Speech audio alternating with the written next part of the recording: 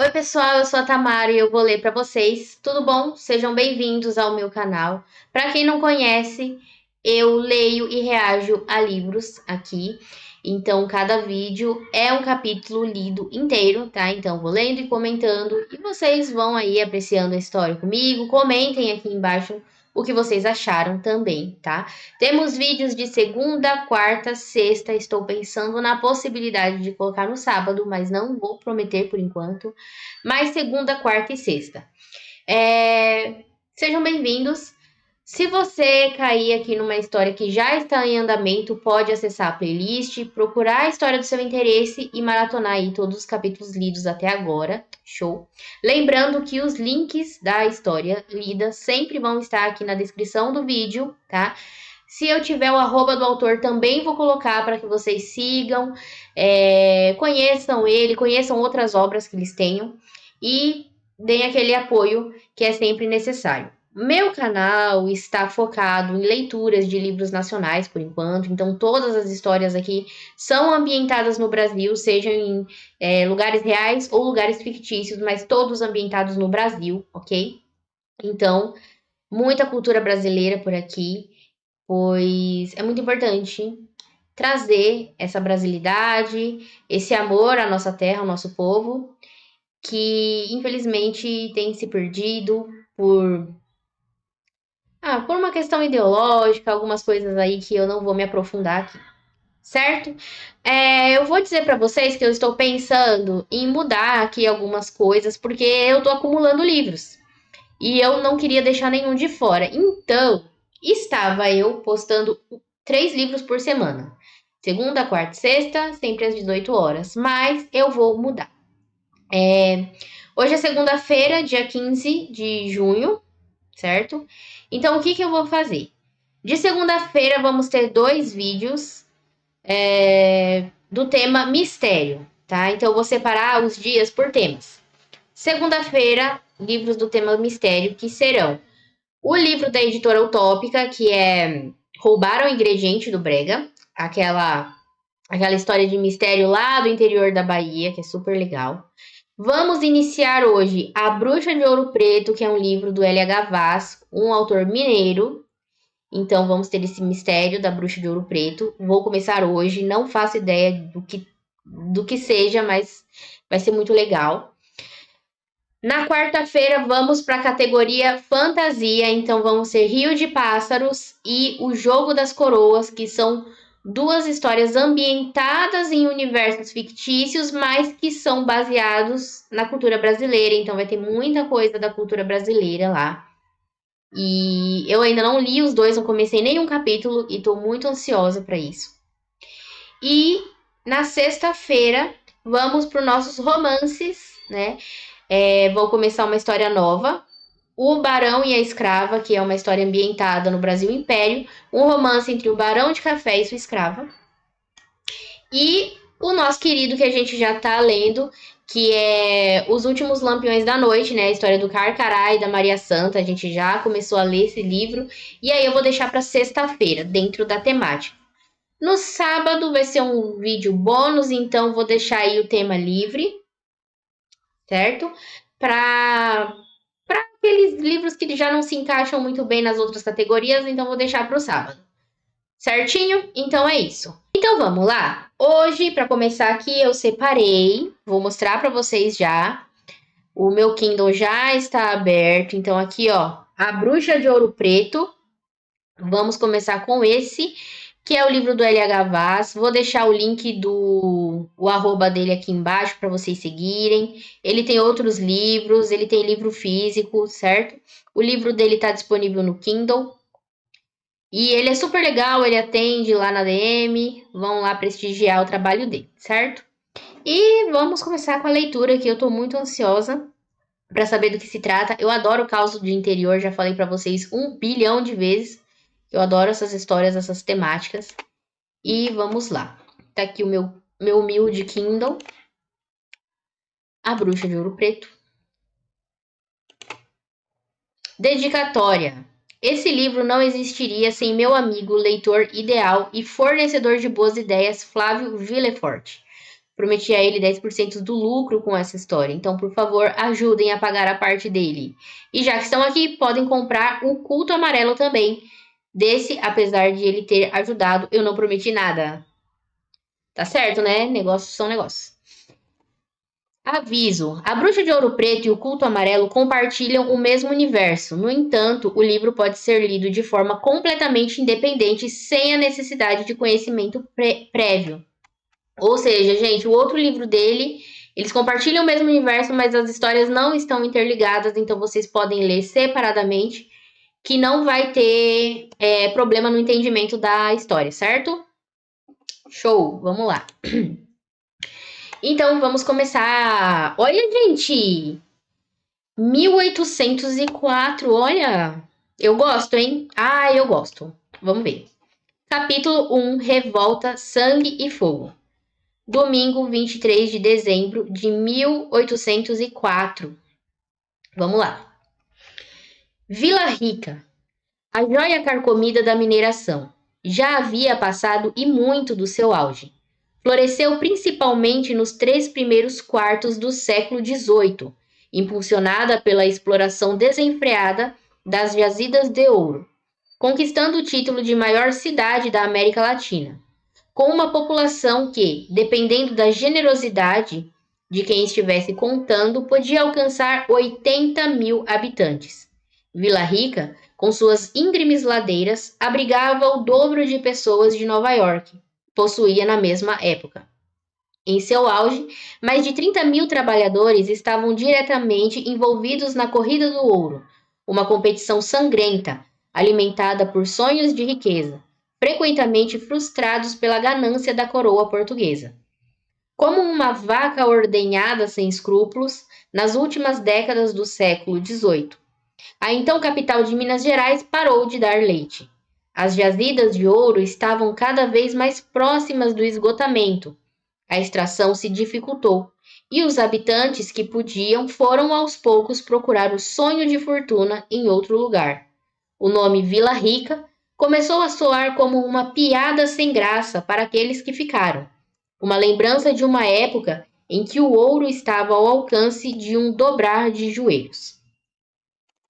A degradação da cidade, antes restrita ao campo moral e espiritual, tornava-se dolorosamente visível. Não havia dinheiro para restaurações, abrir novas ruas e alargar becos. Novas construções eram escassas, e em meio aos prédios e monumentos envelhecidos, uma quantidade considerável de casas estavam abandonadas. Capítulos sangrentos já haviam sido escritos naquela terra, e, naquele dia, mais um estava prestes a ganhar vida. Afastado do centro de Vila Rica, aos pés do Morro do Arzão, ficava uma das poucas minas de extração que ainda conseguia pagar seus impostos para a coroa e dar lucro. Como se fosse mágica, enquanto a produção de ouro definhava em outras partes, a mina do senhor de escravo Martim Vasconcelos funcionava a todo vapor. Naquele início de madrugada, sob chuviscos gelados, Cipriano, um homem negro, empunhava indignado uma picareta e berrava do lado de fora do casarão luxuoso, erguido à sombra do Morro do Arzão. Vocês levaram a minha menina. Com ele, pelo menos 20 homens negros, que a partir daquele momento pretendiam ser livres, reforçavam o coro de revolta. Eu vou quebrar essa porqueira toda. Abre essa porta. Vai começar um negócio sangrento, né? Ele tinha avisado que ia começar um negócio sangrento. Foi preciso apenas 3 golpes enfurecidos de picareta para que a sólida porta de madeira cedesse. Na sala, escondendo-se atrás do sofá como se fosse uma barricada, Martim Vasconcelos esperava, empunhando seu bacamarte. Assim que o escravo revoltado adentrou, ele disparou.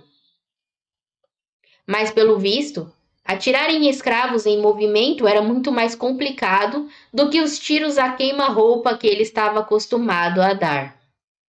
Sempre na covardia, né? O escravo indefeso, o escravo ali rendido, aí ele sabia atirar.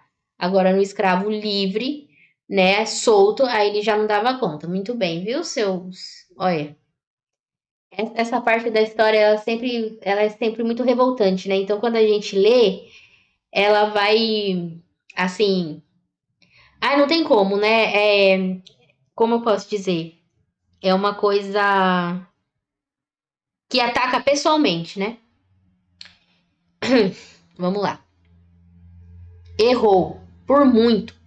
E antes mesmo da fumaça baixar, Martim já começava a balbuciar desculpas. Olha aí a covardia. Cipriano, vós-mestre sempre foi um dos meus melhores. Eu iria te fazer meu braço direito. Vós-me ser, você sabe, foi ela que me obrigou a fazer isso. Cala a boca! O escravo esbravejou, pegando o dono pelo colarinho e o pressionando contra a parede. Cadê minha filha? Desembucha! Ela tá lá embaixo.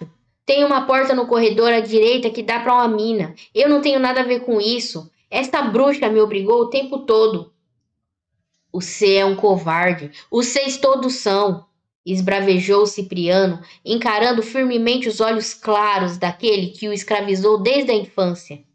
A tentação de cravar a picareta na testa daquele velho imundo era gigante, mas se conteve. Virando-se para os companheiros de motim, ordenou: Não é para matar esse desgraçado até eu achar a Carolina. Pegue as coisas que vocês achar que tem valor. Comida, água que nós vai precisar.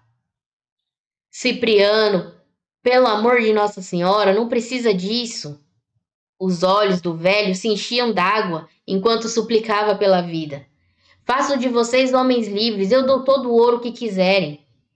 Nós já é livre e isso tudo aqui já é nosso. Nós te deu, agora nós vai tomar, retrucou Cipriano indo atrás de sua filha. Assim como dito pelo senhor de escravos, uma porta no corredor dava acesso ao andar de baixo. Nela, uma escada íngreme e extensa descia pelo escuro, sem mostrar onde estava mirando. Cipriano desceu apressado. Se os boatos fossem verdadeiros, sua filha corria o sério risco de não estar mais viva. Os escravos do Morro do Arzão já haviam testemunhado aquela história se repetir dezenas de vezes ao longo dos últimos 7 anos. Tarde da noite, os capangas de Martim Vasconcelos invadiam a senzala armados e, pelo que parecia ser fruto da aleatoriedade, escolhiam um de seus irmãos de cor para levar ao casarão. O destino deles? Ninguém sabia responder, pois nenhum jamais retornou e nenhum vestígio foi deixado para trás. Mas, naquela madrugada, Cipriano estava decidido a fazer tudo o que fosse necessário para pôr fim naquele ciclo macabro. Mesmo com a luz da vela iluminando porcamente o caminho, o ex-escravo não teve dificuldade em se orientar. Viveu parte considerável dos seus 20 e poucos anos debaixo do chão, procurando por riquezas que nunca chegariam em seu bolso. Isso aqui não é uma mina normal, reparou, enquanto suas mãos deslizavam pelas paredes estranhamente lisas, com alicerces de madeira muito bem feitos. Aquele tipo de cuidado com segurança não era algo que um senhor de escravos se preocuparia em ter. Assim, porque as minas eram terra, né? Era um buraco na terra, íngreme, que ia afundando, né? Ah, entendi. As paredes bem acabadas tinham inscrições feitas com tinta vermelha, em um dialeto esquisito. Cipriano não sabia ler, mas aquele padrão de letras o incomodava. Era como se ele conseguisse escutar as más intenções das palavras ali escritas. As inscrições seguiam pela mina até chegar a uma porta de madeira avermelhada, iluminada por 2 tochas, uma de cada lado do corredor. A porta entreaberta mostrava o interior reluzente, como se convidasse Cipriano a entrar. Com cuidado, tentando manter o elemento surpresa, ele se esgueirou pela fresta e logo se escandalizou com o que viu. A porta escondia uma pequena caverna, uma pequena caverna decorada como um templo para a adoração de algo que o ex-escravo jamais havia visto nas igrejas católicas de Vila Rica. Feito de ouro e madeira. Um altar de pelo menos 3 metros, nossa, é alto, se enfincava entre as rochas do paredão. As inscrições que vinham dos túneis invadiam a caverna, alastrando-se pelas paredes, chão, teto e se direcionavam para o altar. Nele, uma figura escrota, feita de ouro, era o centro das atenções. Era como um homem, porém, abaixo de seu tronco não havia pernas, mas sim 3 grandes tentáculos que desciam enrolando na estrutura. Os 6 braços estavam dispostos em poses que sugeriam algum significado ritualístico, assim como as mãos, E no lugar de onde teoricamente deveria estar sua cabeça, tinha uma pirâmide de pedra.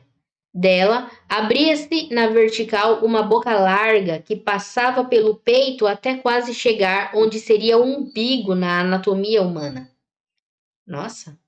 De frente, a criatura de ouro e madeira estava Yanka, a jovem esposa de Martinho Vasconcelos. Nossa! Vestindo somente um par de brincos de ouro em formato de espiral. A mulher exibia uma silhueta impecável, por entre panos semi-transparentes que desciam do teto e faziam parte da decoração. Ela dançava, fazendo passos estranhos, desconfortáveis de se ver, parecendo um tipo de tortura autoimposta. Alguns movimentos eram dolorosos. Deixa eu voltar aqui para eu visualizar melhor, gente. Então, lá tinha era um altar de 3 metros nas rochas, enfiado entre as rochas da parede. Aí tinham as inscrições que vinham do túnel e entravam dentro, né? Vinham do túnel e se espalhava pelo tal do templo aí. Não é templo, é altar, tá? Aí, lá no altar, tinha uma figura feita de ouro, né? Bem no meio, e era um homem, tipo um homem. Só que abaixo do tronco não havia pernas. Tá. Tá. Então ele era tipo um homem até a cintura. E aí da cintura para baixo tinham tentáculos que se enrolavam na estrutura do que é a imagem, né? A escultura, enfim. E aí ele tinha. Eram 6 braços. Eram 6 braços tentáculos dispostos em poses que sugeriam algum significado. Então são tentáculos, tipo os braços que estavam enrolados ali no suporte dessa estrutura. E eles faziam sinais. Cada braço ficava numa posição que pareciam sinais ritualísticos. Assim como as mãos, né? No tronco para cima ele era homem, né? Então ele tinha 2 braços que ficavam numa posição ritualística também. Tá. Onde deveria estar a cabeça tinha uma pirâmide. Nossa, gente, que loucura! De pedra. Dela abria-se na vertical, assim. Uma boca assim. Uma boca que passava pelo peito. Nossa Senhora! Então a cabeça era uma pirâmide e tinha um tronco com braços. Aí uma boca que vinha daqui até o umbigo de em pé, assim. Caramba! E aí na frente dessa imagem tava a esposa do senhor lá, né? No meio dos panos lá, dançando de um jeito esquisito, como se fosse uma tortura. Nossa! Então, quando ele falou lá, ela me obrigou, aquela bruxa me obrigou, ele tava falando da própria mulher dele. Gente, o que ela fez com essa menina? Nossa, agora que eu entendi. O que ela fez? Gente do céu. A mulher do senhor de escravo lá é bruxa. Nossa senhora, vamos continuar. Entendi. Tá. Alguns movimentos eram dolorosos e, ao serem executados, faziam Ianca gemer, mostrando em seu semblante uma mistura de dor e satisfação. Cipriano, imerso em aflição, contemplava a cena sombria, procurando qualquer vestígio de sua filha. Assistiu ao estranho espetáculo da dança da bruxa, que culminou com ela apanhando uma cumbuca dos pés da estátua. Ao erguer o recipiente sobre a própria cabeça, cochichou algumas palavras e derramou o líquido avermelhado que escorreu pelo corpo nu, contrastando com sua pele branca e encebando o cabelo cacheado. Assim que terminou o ritual, ela olhou diretamente para Cipriano e declarou: Sei que você está aí, crioulo. Eu, hein? Já pensou, gente? Não. Vocês estão prestando atenção? Estão visualizando o que está acontecendo? Nossa, chocante. O ex-escravo estremeceu. Como ela poderia tê-lo visto entrar? Cadê a Carolina? Ele gritou, a voz carregada de desespero. Sua bruxa desgraçada, cadê ela? Olhando para o homem com um sorriso debochado, Ianca lambeu o líquido vermelho que escorria por seu braço e respondeu: Ah, não, gente, não vai me dizer que o. Ai, meu Deus do céu, o sangue. O. Ai, gente. Não, sério? Ô, mano, que maldade. Ô, pesado, pesado, vamos lá. Ai, nossa, aquela negrinha até que tem gosto bom. Sacanagem. Ave Maria. Nossa, não esperava por isso logo de cara, juro. Ai, quando mexe com criança, né? Ai, nossa, aí é foda mesmo. Quando mexe com criança. Vamos lá. Cipriano encarou a bruxa por um instante, atordoado antes de gritar. Não, não, não, não! Por que a minha menina? O choro saiu da garganta de Cipriano como um uivo raivoso rasgando as cordas vocais. É mentira! Minha Nossa Senhora, por que ela? Era a que tinha. Ianca respondeu com uma crueldade casual. Tipo, tava nem aí. Era a que tinha. Ai, gente. A raiva de Cipriano explodiu. Apertando a picareta em suas mãos, ele avançou sobre a bruxa, gritando: Desgraçada, eu vou te matar! Cipriano passou todo atrapalhado por entre a decoração de pano que descia do teto e, quando chegou até a bruxa, golpeou com o máximo de força que conseguiu. Seu primeiro golpe a atravessou como se ela não estivesse lá. E realmente não estava. A mulher ensanguentada simplesmente apareceu alguns passos atrás de onde esteve antes. E assim fez com os demais golpes que recebeu. Nossa, então ele atingia, só que ela passava por ela, ela ia voltando, indo para trás, né? Caramba. Cipriano tentou de tudo para acertar a bruxa, mas falhou. Ela moldava a realidade conforme sua vontade. Desaparecia, voltava, transformava-se em muitas e gargalhava na cara do pai desesperado. O ex-escravo já estava ofegante quando, em uma de suas tentativas, encravou com raiva a picareta em uma estalagmite que brotava do chão. O que é uma estalagmite? Vou ter que procurar, gente, peraí. É uma formação rochosa cônica que cresce a partir do chão de uma caverna em direção ao teto. Ah, tá. Tá bom. Tá bom.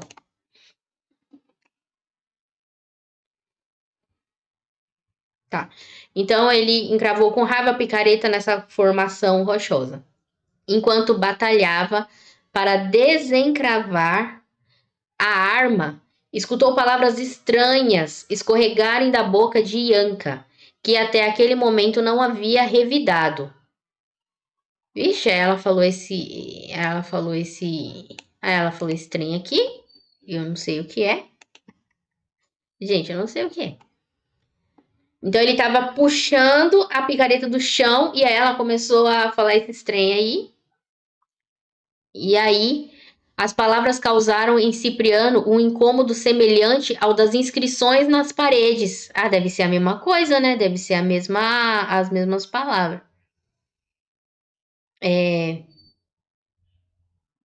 Que evoluiu para uma queimação no estômago. Ah, tá. Sentiu um incômodo que evoluiu para uma queimação no estômago. E rapidamente para uma dor aguda que o fez cair de joelhos vomitando. Hum.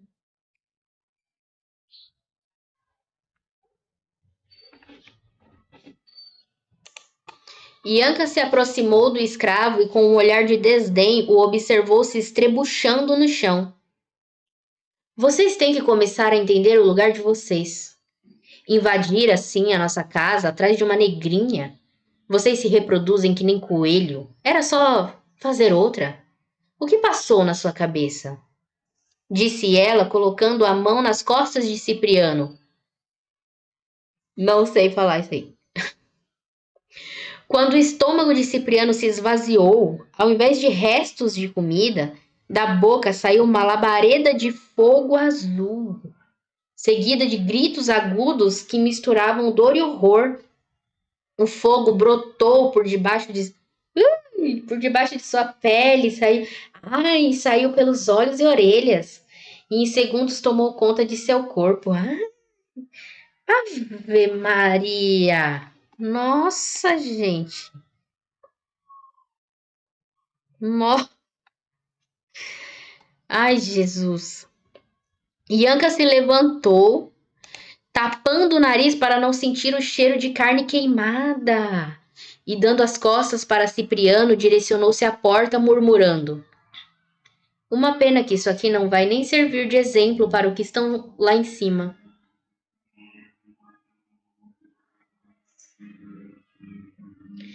Dominado por uma dor imensurável, Cipriano rolava no chão. Já não queria falar, escutar e enxergava somente borrões. Como carne na panela, seu corpo fervilhava, mas ainda assim arranjou no ódio força o suficiente para se erguer. Nossa, pegando fogo. O cara tava fervendo, literalmente, fervendo. Aproveitando-se do momento de distração da bruxa, Cipriano andou em sua direção, a agarrou pelas costas. Ela pouco conseguiu fazer quando sentiu sua pele queimar. Me solta, seu preto imundo! Gritou, tentando se desvencilhar. Os dois se debateram, mas Cipriano era mais forte e determinado. Embolaram-se nos panos que desciam do teto e, como se fossem uma tocha, foram engolidos pela chama azul. O fogo se alastrou, queimando a decoração da caverna, engolindo o altar e invadindo o corredor da mina. E, enfim, chegando no casarão, que em questão de minutos já estava tomado pela chama azul. Nossa, então ele agarrou a mulher e aí o fogo pegou nela, pegou nos panos. Ah, foi. Ixi, Maria. E aí subiu pro casarão. Mano, ela sequestrou a menina pra fazer ritual. Puta merda, velho. Nossa, que ódio, né? Nossa, ainda. Ai, gente, que revoltante. Meu Deus. Nossa Senhora. No último suspiro, com a voz entrecortada por tosses, a bruxa conseguiu murmurar esse biruleibe aí que ela falou. Cuide da alma de sua serva. Ai, vou falar isso. Vamos ver.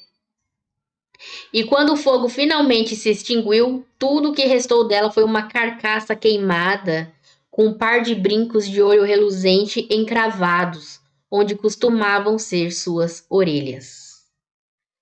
É isso, gente. Aqui já começa o capítulo 2, tá? E é isso aí. Não vou ler o capítulo 2 hoje, vai ficar para a próxima segunda-feira, né? Que eu já determinei que vai ser o dia do suspense, mistério e o que tiver a ver com isso. E aí, gente, nossa, meu. O capítulo já começou, o livro já começou daquele jeito, cara. Nossa, eu não esperava ver tanto, sabe? Tanta violência assim, logo de cara. Meu, pesado. Pesadíssimo. Pesadíssimo, envolvendo sangue, criança, ritual. Meu Deus, eu fiquei chocada, sério. Gente, vocês têm que imaginar a cena assim, sabe? A escuridão. Começar que a fazenda 1800. Então pensa no breu que não era, não tinha luz, né? Aquela casa histórica, né? Aquela casa antiga com toda aquela decoração, é, aquela decoração, né? Antiga e fora o clima pesadíssimo, né? De escravidão, morte, dor, tudo isso, muita revolta, muita coisa assim, sentimentos ruins, né? E aí o cara tá pistola porque eles sumiram com a filha dele. E aí ele entra lá, vai descendo naquele túnel, aquela coisa, ele já começa a perceber uns negócios assim que tá errado. E vai entrando naquele túnel e vê aquele altar, aquela coisa. Gente, é uma sensação muito imersiva. Se vocês focarem totalmente no que está sendo passado pela ambientação, vocês conseguem perceber que é uma coisa assim medonha e claustrofóbica. Muito medonha. Nossa senhora. Ave Maria. Aí vê aquela mulher lá e a mulher ainda fala assim, ai, gente, ela tomou banho da menina na frente do pai dela. Ai, nossa, é medo com revolta, com ódio, com dor, com tantas coisas. E aí ela ainda faz o homem pegar. Ó, nossa, foi eita atrás de eita, viu? Nossa, parabéns, autor. Primeiro capítulo arrasou, hein? Arrasou. Nossa, botou pra quebrar aqui. Nossa senhora. Ai, gente. Ai, ai. Nossa, vocês gostaram? Eu adorei. Eu adorei. E aí, para quem gostou desse livro e quer continuar acompanhando a leitura dele comigo, então toda segunda-feira, às 6 da tarde, vai ter leitura de capítulo desse livro, até onde o autor me autorizar, né? Porque algumas histórias eu tive autorização de ler até tudo e outras só alguns capítulos, tá? Mas o link da história vai ficar aqui na descrição do vídeo para que vocês vão lá e conheçam, adquiram o livro, tá? E também vou deixar o arroba do autor, para vocês conhecerem ele e os outros trabalhos dele. Certinho? Então, vou deixar também o post com a agenda de leitura da semana, para que vocês não se percam e possam acompanhar as histórias aí que cada um tá gostando mais, ok? Então é isso. Muito obrigado por acompanhar a leitura até aqui e até o próximo capítulo.